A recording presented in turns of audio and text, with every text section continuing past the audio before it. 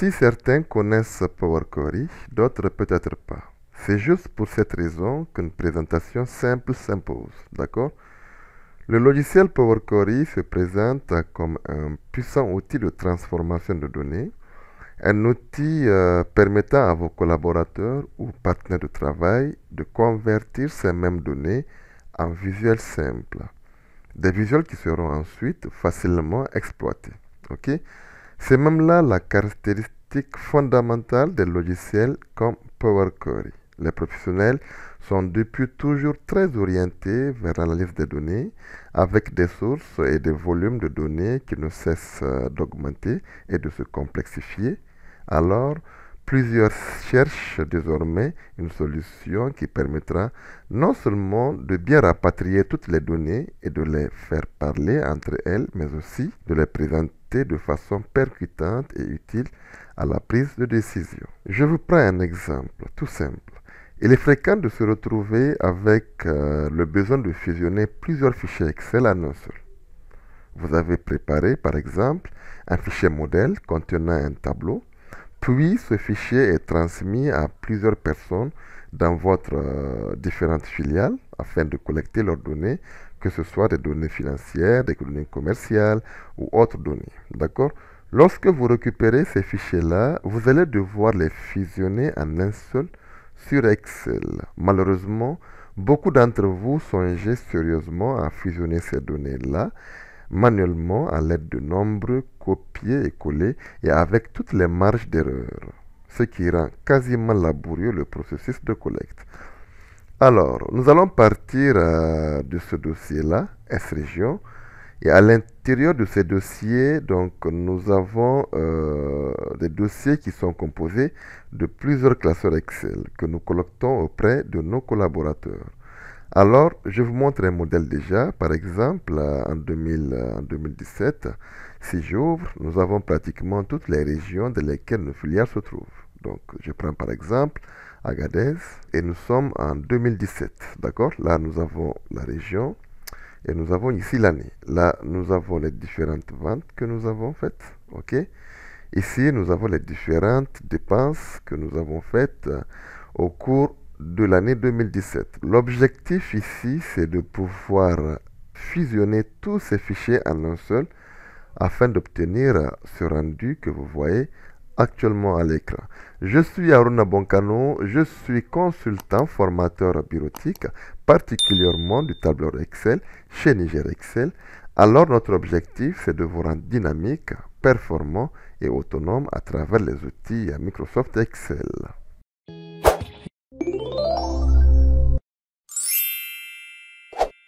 Bonjour et bienvenue dans cette nouvelle vidéo. Donc, premièrement, nous allons respecter quelques étapes.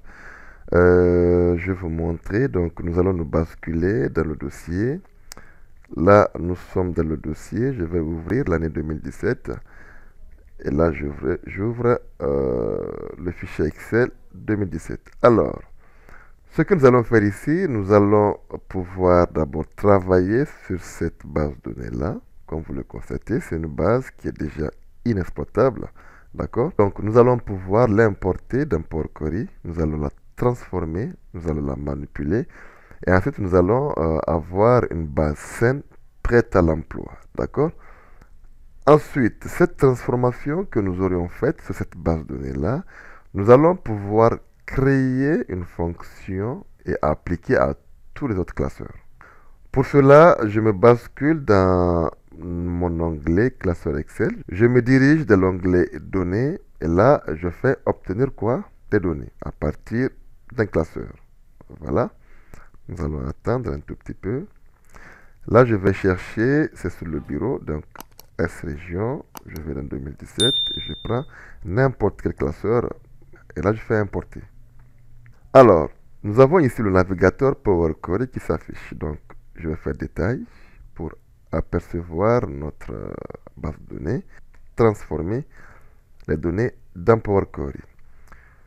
Tout de suite, l'éditeur Power Query s'affiche et nous avons notre base de données à l'intérieur de cet éditeur-là. Nous allons nous basculer de la base de données, elle est là ici, et là nous allons faire quelques transformations premières. Par exemple, ici, nous avons dans cette cellule-là, Agadez, et là, dans la cellule dernière, nous avons l'année 2017. OK? Alors, je vais rétrécir un peu les colonnes. Et voilà. Ici, nous aurions besoin de créer des colonnes à partir du nom de la région et à partir de la cellule de l'année. Pour cela, nous allons isoler, je dis bien isoler, ces deux cellules-là. Pourquoi les isoler? Nous allons isoler parce que nous allons pouvoir supprimer des lignes et ces différentes cellules-là sont contenues de la première ligne. Cette première ligne, on va devoir la supprimer. Donc pour cela, nous allons d'abord sauvegarder ces deux cellules, année et Agadez, d'accord, pour pouvoir les rappeler un peu plus tard. Donc pour les sauvegarder, c'est très simple. Je me bascule de la cellule, je clique dessus et je fais un clic droit. Là, je vais sur Drill Down. OK? Génial. Alors ici, déjà, j'ai une étape qui est appliquée. Donc, si vous le constatez, on peut la supprimer. D'accord? Et revenir en arrière. On n'aura pas le bouton comme dans Excel, retour. Ici, je vais cliquer sur la cellule. Et là, je fais un clic droit. Je fais Drill Down. OK? Là, je vais renommer. Donc, renommer. Je mettrai région. Voilà, voilà. Je valide. Je vais copier cette formule-là. Et là, je viens à ce niveau. D'accord? Et je la colle, tout simplement. Donc, je mets égal et je colle. Alors, l'année se trouve dans la 12e colonne de notre base de données. Si je mets 2 ici et je valide, alors je me trompe, c'est de la 13e colonne. Donc, je vais changer le 2 en 3. D'accord? Automatiquement, j'ai l'année qui s'affiche. Je vais encore renommer cette étape-là. Donc, voilà. Et je mets année, tout simplement. OK? Je vais modifier l'intitulé de cette base donnée-là. Je vais la renommer aussi base pour pouvoir la rappeler plus tard. Je vais insérer une étape en cliquant sur ce bouton F2X. Et là, je vais tout simplement mettre le nom de la base pour pouvoir le rappeler. Je peux tout simplement supprimer la ligne. Donc, supprimer la ligne du haut. C'est la ligne numéro 1. Donc, je fais OK là. D'accord? Là, je les en-tête. Donc, janvier, février jusqu'à décembre. Alors, je vais les promouvoir dans les en-têtes. Pour cela, je fais transformer. Et là, je fais utiliser la première ligne pour les en-têtes. OK? Et automatiquement, Power Query promeut évidemment la première ligne que nous avons de janvier à décembre dans les différentes en-têtes. OK? Nous avons la colonne des différentes rubriques. Donc, nous avons ici les dépenses et les recettes. Donc, il me faut forcément une colonne supplémentaire après décembre. Une colonne qui va énumérer devant chaque dépense, dépense, et devant chaque vente, vente tout simplement. Là, je vais ajouter une nouvelle colonne personnalisée et je vais créer une petite fonction ci dans le langage M. Je rappelle que le Power Query utilise le langage M et le Power Pivot, le langage DAX, et Excel utilise le langage VBA. Nous avons 3 langages différents dans Excel et Power BI. Alors, si tu vois sur la colonne un texte qui s'appelle nul, donc je mets den. Alors, qu'est-ce que je veux? Tu me renvoies la donnée qui se trouve devant la même ligne que le texte nul, d'accord? De la colonne numéro 1. La colonne numéro 1, c'est la colonne où nous avons vente, documents, logiciels, CD-ROM, etc. Sinon, donc, je fais le else, alors tu me renvoies tout simplement le mot nul. Alors, vous vérifiez ici s'il n'y a aucune erreur de syntaxe. Sinon, on fait OK. Automatiquement, comme vous le constatez, Power Query extrait en colonne partout où il y a nul. Donc, il me rapatrie vente, c'est de la première ligne ici.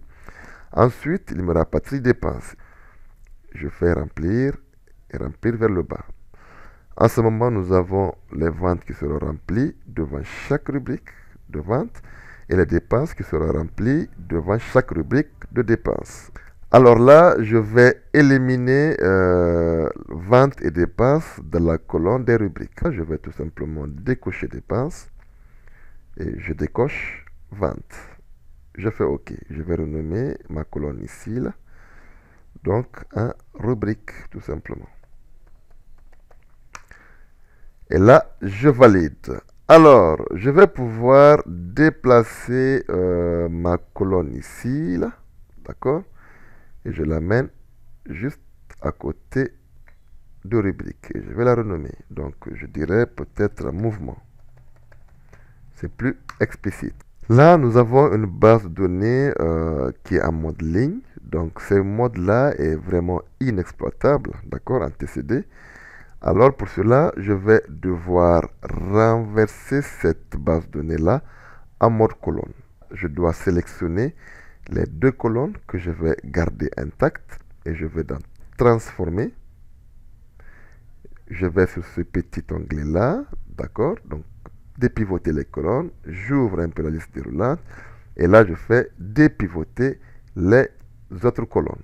Automatiquement, Power Query me transforme la base de données de mode ligne en mode colonne. Ok, je vais tout simplement changer cette en-tête-là. Donc je mettrai mon temps.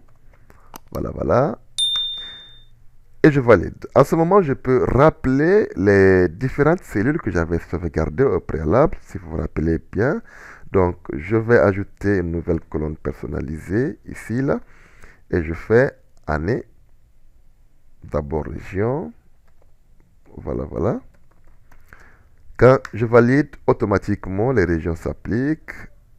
Ensuite, une nouvelle colonne personnalisée. Là, je mets année. Et là, je valide. Je valide, d'accord. Et ici, je mettrai date, tout simplement. Nous allons devoir fusionner ces deux colonnes-là. Donc, le mois en texte et aussi l'année. Et là, je vais tout simplement me diriger de l'onglet Ajouter une nouvelle colonne. Je fais fusionner les colonnes. Et là, je dois prendre un séparateur. Le séparateur, je prendrai un séparateur personnalisé. Donc, je mettrai une barre entre elles, d'accord? Je fais OK. Je transforme cette colonne-là en format date tout simplement. Donc, je vais supprimer cette colonne et celle-là. D'accord? Supprimer les colonnes. Et je vais tout simplement renommer ma colonne en date. Alors, n'oubliez pas de formater si vous constatez ici. Quand on fait transformer, ici, c'est déjà bon en texte. D'accord? Là aussi, c'est un texte. Vous voyez, c'est n'importe quel format. Alors, c'est pas bon. Formatez-le en texte. D'accord? Ici, il est sur nombre entier. Il n'y a pas de problème. Là, nous sommes sur n'importe quel format. Ne laissez jamais vos formats sur n'importe quel format. Et là, nous sommes en date. Je vais encore le reformater en date. Je bascule de l'onglet affichage et je fais éditeur avancé. D'accord? Vous aurez constaté ici que Power Query automatiquement a écrit des codes sur toutes les étapes appliquées. Je vais vous montrer comment vous allez devoir transformer des étapes en fonctions et pouvoir les appliquer à tous les classeurs qui seront évidemment traités de la même manière. Mais je vous rappelle qu'il faudrait que tous les classeurs aient la même structure, le même format et le même nombre de colonnes. Sinon, ça ne marchera pas. D'accord? Je ferai deux validations et là, je me bascule en haut et je mets let. D'accord? Voilà, voilà. Et là, je vais écrire ma fonction. Voilà, voilà. Je mets égal. Et j'ouvre une parenthèse. Donc, je vais créer une variable ici. C'est la variable chemin du classeur. Voilà. Je ferme la parenthèse. Je mets égal et là, je mets supérieur. Ça veut dire tout simplement de laisser toutes ces transformations-là et de travailler uniquement avec la fonction. D'accord? Là, pour cela, je double-clique, je copie cette fonction-là. Alors, je viens à la fin, je mets le in et je colle ma fonction. Vous aurez constaté qu'aucune erreur de syntaxe n'a été détectée. OK? Là, qu'est-ce que je vais faire ensuite? Je vais devoir changer ce chemin-là. D'accord? Tout ce chemin, je vais le changer. Et je vais le changer par quoi? Tout simplement par ma variable. OK? Donc, je colle cette variable ici, là. Et là, je fais OK.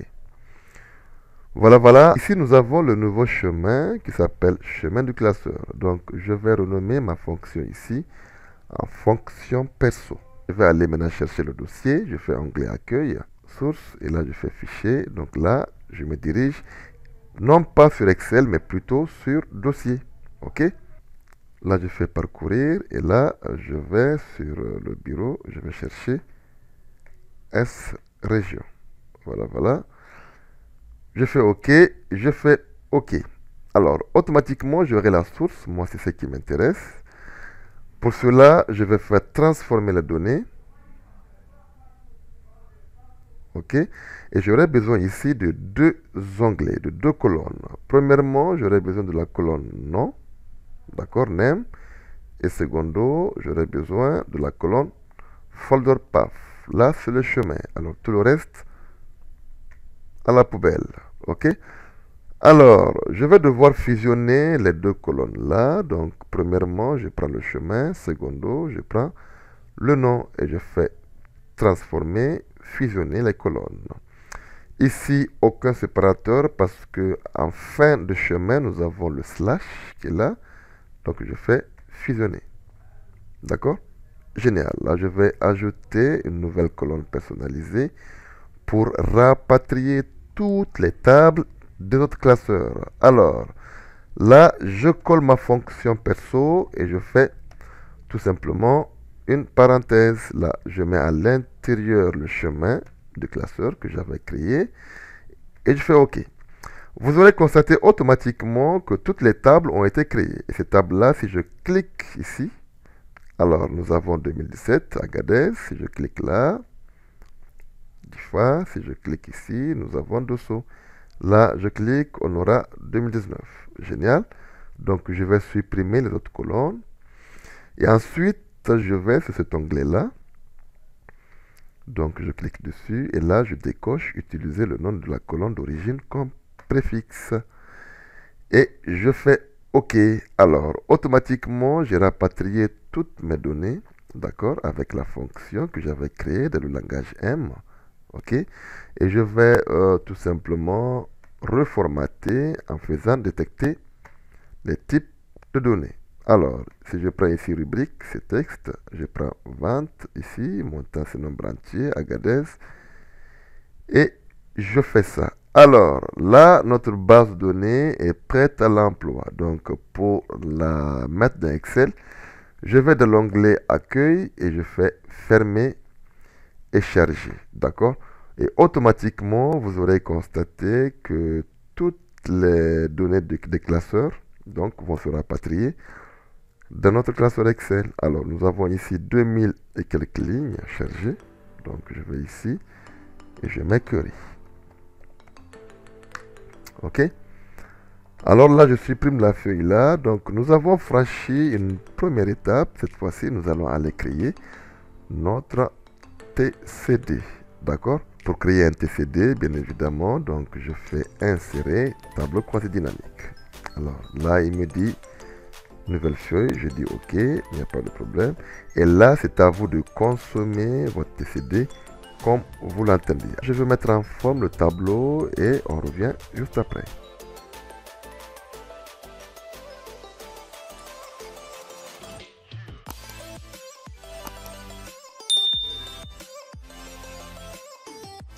Et voilà. Alors ici, donc, nous allons essayer de mettre juste des graphiques Sparkline qui vont nous permettre de pouvoir visualiser à l'intérieur d'une même ligne, d'accord, les différentes variations des données. Donc pour cela, je me bascule ici, je viens dans insertion et là, j'aurai conclusion et perte. Alors, sûrement vous aurez un autre nom si vous avez une version différente de 2019.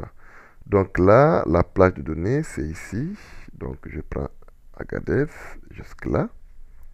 Je valide et je fais OK. Je peux directement changer ça en courbe et vous aurez constaté. Et là, je vais incrémenter jusqu'en bas. D'accord?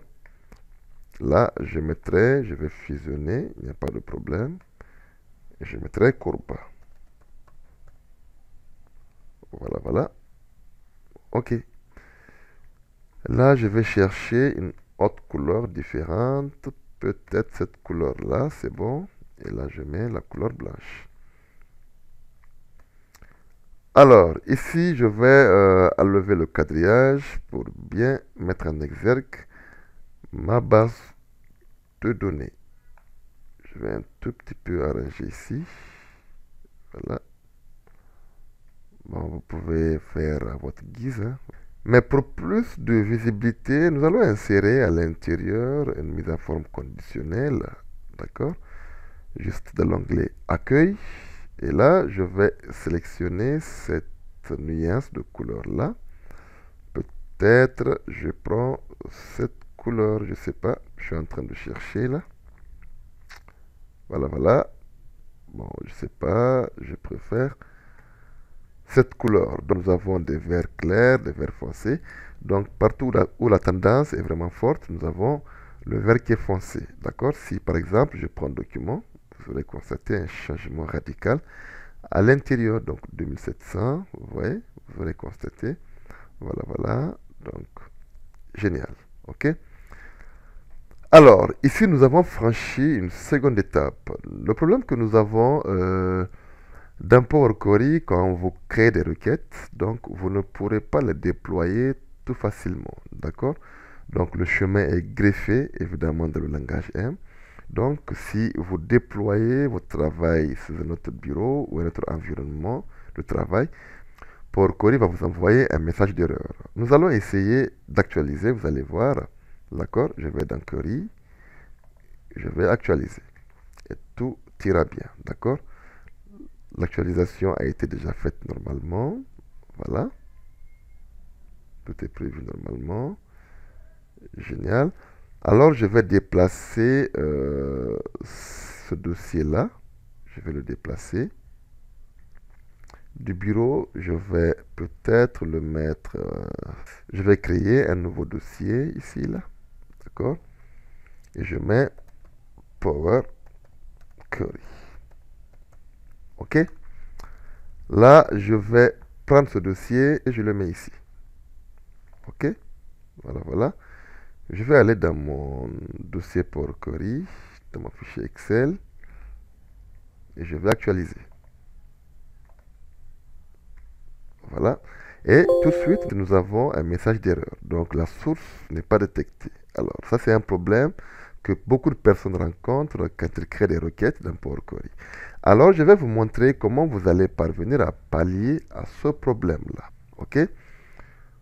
Nous allons venir ici dans notre table query et nous allons devoir insérer dans cette cellule-là donc le chemin du dossier. Pour automatiser le processus, nous allons devoir aller un peu en avant, d'accord? Nous allons combiner VBA avec le Power Query et vous allez voir que ce serait vraiment merveilleux, d'accord?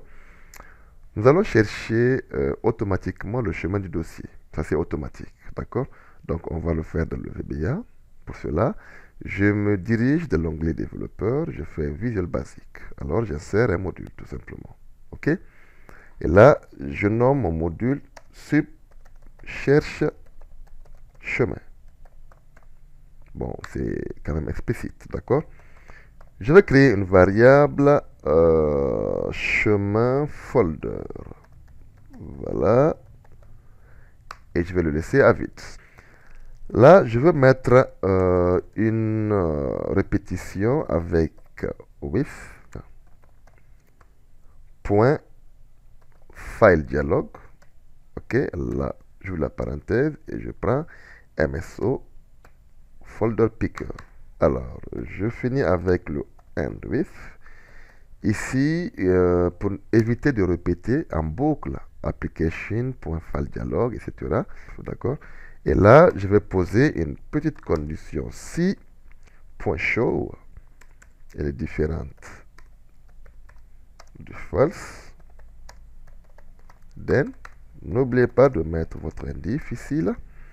Alors, qu'est-ce que je veux? Je veux tout simplement .select item. Alors, le item, je l'amène à 1. D'accord? Là, si je finis, alors je vais chercher la cellule de laquelle je vais héberger le chemin. Donc, ce serait cette cellule-là, la cellule I1, d'accord? Et là, je ferai sheet, d'accord? Là, je ferai sheet query. Voilà, point range, I1, donc, excusez, I1.value est égal CTRL V, donc à chemin folder. Vous allez constater ici automatiquement, si j'ouvre évidemment la boîte de dialogue, donc si je prends S région, d'accord, je fais OK, donc automatiquement la cellule I1 contient évidemment le chemin de mon dossier. Alors, ce chemin-là, nous allons essayer de le paramétrer dans le Power Query, dans le langage M, afin qu'il prenne automatiquement cette cellule-là. Première étape, nous allons nommer cette cellule-là. Donc, je ferai path folder. D'accord? Voilà, vous pouvez écrire ce que vous voulez. Hein? Voilà. Je valide. Donc, j'ai nommé cette cellule et là, je vais tout droit dans le langage M. Donc, je fais données, je vais afficher ma requête et connexion. Et ici, je vais aller modifier la requête. D'accord?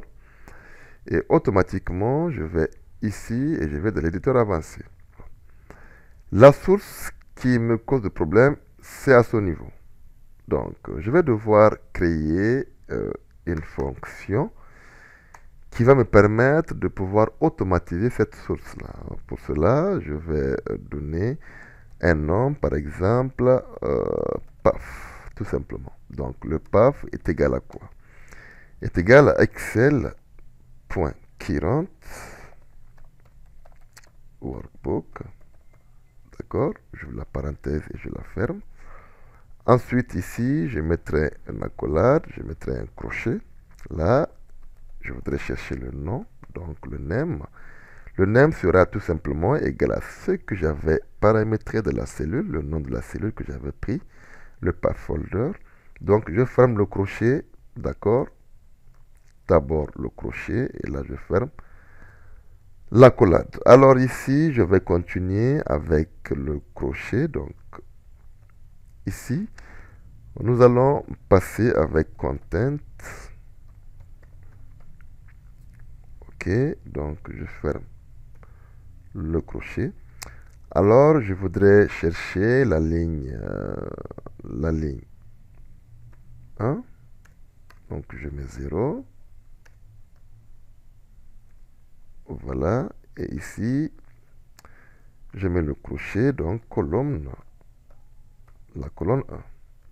Tout simplement. N'oubliez pas de mettre la virgule. Alors ici, nous allons détecter aucune erreur dans la syntaxe. Donc ici, je vais copier ce nom-là, cette variable PAF, et je vais devoir la remplacer au niveau du nom de mon chemin, tout simplement. Et vous aurez constaté que ce serait dynamique.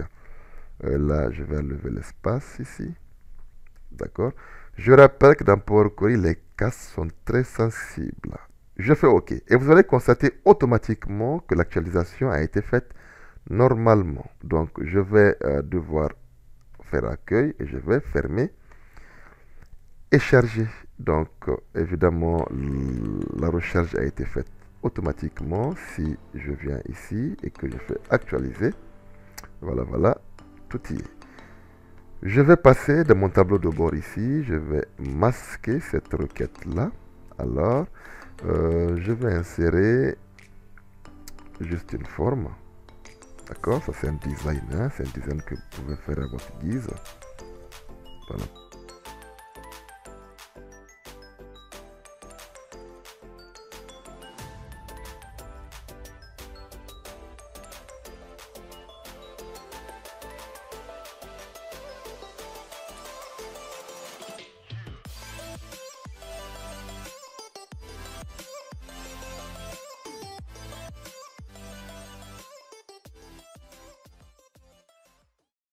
ici, par exemple, nous allons essayer de changer le dossier ici. Donc, c'est dans Power Query. Je vais la lever. Je l'amène sur le bureau.